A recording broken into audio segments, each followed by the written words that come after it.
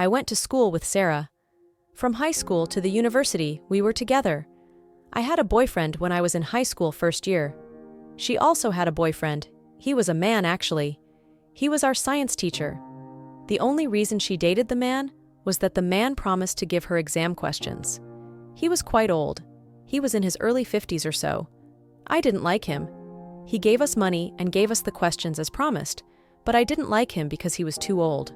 My friend liked him, so I had to play along. We were doing very well in his subject, and in the other subjects, he stole the questions for us. He was the reason we had admission into the university. We were not good students, but we had the marks. During final exams too, he brought us the questions. Deep in the night, he will call Sarah and give her about 5 questions. Those were the questions we were going to answer in the morning. We stayed awake all night, going through books for answers to the questions. While others were reading big books and solving past questions, we were there solving future questions. We did very well and went to the university together. When we completed high school, she left the man, and I also left my high school boyfriend. We thought we could have the world and everything in it, so we ventured into rich men. Men who could buy us new phones and get us to live beyond our means. I come from a poor home, so I saw it as a favor I was doing for my parents. They didn't give me anything yet, I had everything. They didn't question where I got the things I had in my life. They were interested in me not going to them for money. At some point, my dad started borrowing money from me. My mom too, and then my other siblings followed. "Alberta, are you going? Won't you leave anything for the house?" "That's my father." "Alberta, I know you won't come home early, so why don't you leave the money we'll use to feed on the table?" "That's my mother. I became the breadwinner of my house right after high school because I was seeing big men. Not one, not two. As far as he looks like he can pay, I said yes to him. So I had about 4 men in my life at some point. They were all married, but they found in me something they could not find in their wives. When the time came for us to go to the university, we were ready, me and Sarah. We went to do the same course and were in the same hostel that we rented at a porch neighborhood in Accra. We paid a huge sum of money for that hostel, but we never actually lived there. We were mostly sleeping in hotels and the homes of the men we were dating. We lived our lives carelessly until we completed the university. I was only 24 when I completed the university, but I looked like a woman who had gone through a lot and knows a lot because of the places I'd been to. I got a good place to do my national service through one of the men I was seeing. His name is Arthur. He was a divorcee who was trying to rebuild his life. He wanted to keep me. He wanted to marry me once his divorce was over. I didn't know what he saw in me, but he loved me more than I'd ever been loved by any man I'd dated. He was 49. I was 25. Just imagine the gap. I wasn't going to marry him, but I was with him because of the money. He didn't give me space to explore. He rented a place for me, and he was there with me every time. I couldn't get the time to roll with Sarah. My freedom was being curtailed. Apart from that, he didn't spend on me like I would like to be spent on. He was more of the future than the present. I didn't like that, so I put together an exit plan. I internationally left my phone there without a password, so he could read the messages, see my cheating ways, and leave me. But he never touched my phone. I would talk on the phone with another man in his presence and pretend to be sweet on the phone, but he never picked the bait. So Sarah came in to give me the ultimate exit plan. She said, "Maybe he should come and meet you and another man in the house, in a very compromising position." We tried that and it worked. He walked away, calling me a harlot. After him, things became dry for me. No one came along to propose. Those who came were not as rich as I wanted them to be. For over 6 months, I was single. It had never happened to me before, to go through months without men in my life. Sarah teased, "Are you not sure that one of the wives has cursed you? This is very strange." "Oh." We laughed about it, but somehow I was thinking about it. My account was running dry. I was becoming desperate. One evening, Sarah called me. "Girl, I have an offer for you. It's crazy, but if you can pull it off, you'll get the money." Her boyfriend wanted to sleep with 2 women at the same time. He was ready to pay the other woman $3,000 if she agreed to do it. She said, "Think about it. It's a good deal. The money will solve a lot of problems in your life." I was a sinner who had kissed the ring of the devil and declared a lifetime of commitment to him. That wasn't the time for me to play the saint, so I told her, "Tell him I will do it." It was a Friday night in a hotel not far from town. We partied all night while he made us do things to him. Naughty things. Just think of any naughty thing. We did it. He was young and energetic. He might have drunk something because his energy that night was out of the world. He played it smoothly with Sarah and played it very rough with me. We were on the same bed at the same time doing things to him. He treated me like I wasn't human, like a toy he could play with. He was wild and was in beast mode each time he turned his attention to me. The following morning, I got my cash and said goodbye to them. I got home and counted. It was $4,000. A week or so later, he called for another bout, but I said no. There was no love in that, and there was no dignity in the way he treated me that night, so I wasn't ready to go through the same thing again.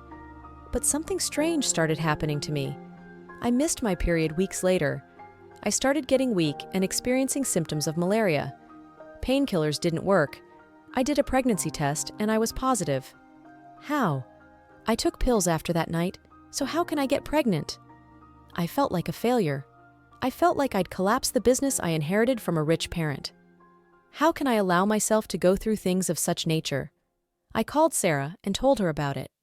She had been my friend for ages, so I was expecting some kind of response, but that response didn't come. She said, "Pregnancy wasn't part of the deal, so sort yourself out." I said, "Sarah, at least you should say something a friend will say to a friend in need."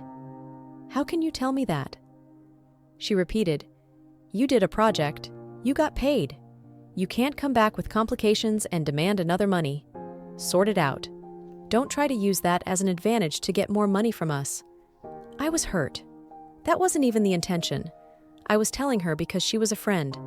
After that conversation, she stopped picking up my calls. She treated me like a plague. She avoided me. I took whatever I had to take to get rid of what was growing in me, but I was so hurt I decided to pay her back. I realized she loved that man deeply, so I hatched a plan to get her through that man. One evening, I went to one of the places they hang out and saw her and the guy there. I asked the guy to excuse me. When the guy came outside to talk to me, Sarah followed. She was angry and shouting, "Why are you here? Don't mind her. She's coming to lie to get more money. She's a liar and a cheat." My own Sarah, a friend from my younger days, called me names because of a man. I told him, "Can you please cage your dog? I just want to have a word with you." He pushed her to excuse us, and I told him everything. "I'm not after your money, but I thought you should know what is happening to me right as I'm standing next to you. I'm carrying your baby. Sarah knows about it. It's the reason she's angry. I'm going to have it. Just so you know." I left right after that. The next morning I had a call. It was from the guy. He asked, "How much do you want?" I answered, "Nothing. I just wanted you to know that you will have a baby somewhere in the world. I don't need your money. You paid me and it was all right." There was not a single day that this guy didn't call me. He sent me money and asked me to take good care of myself. He requested a meeting on several occasions, but I never went. One day he sent me a message. "If you're going to have my child, then we might as well be in a relationship where I would be closer to my child. You can't just cut me off." So I saw him one day and spent the night with him in his house. I texted Sarah, "I'm with him. In case you're looking for us, we are in his house." Less than 30 minutes later, she was there banging doors and screaming my name. "You prostitute! You think you can take what's mine? You don't know me very well. Do you think you know me? Do you think I'm still your friend? You'll see what I'll do to you." She wasn't allowed in. He told me, "Don't worry, I and her are over." I dated the guy for 2 months and told him I had a miscarriage. He was broken. I never knew he was so into the lies it could get him broken. I left him that day. The reason we are together is no longer there, so I got even with Sarah, but it didn't give me the satisfaction I thought I would get. Without her on my side, life was empty and lonely. I tried on several occasions to patch up what was broken, but she continued saying no to me. "I don't move with snakes. I'm too old for that." For 1 whole year, I didn't see or hear from Sarah. One day, I got a call from a mutual friend. "When did it happen? What happened to her? Was she sick? Oh, Sarah, how can you do this to us? I was lost. I asked, "What do you mean?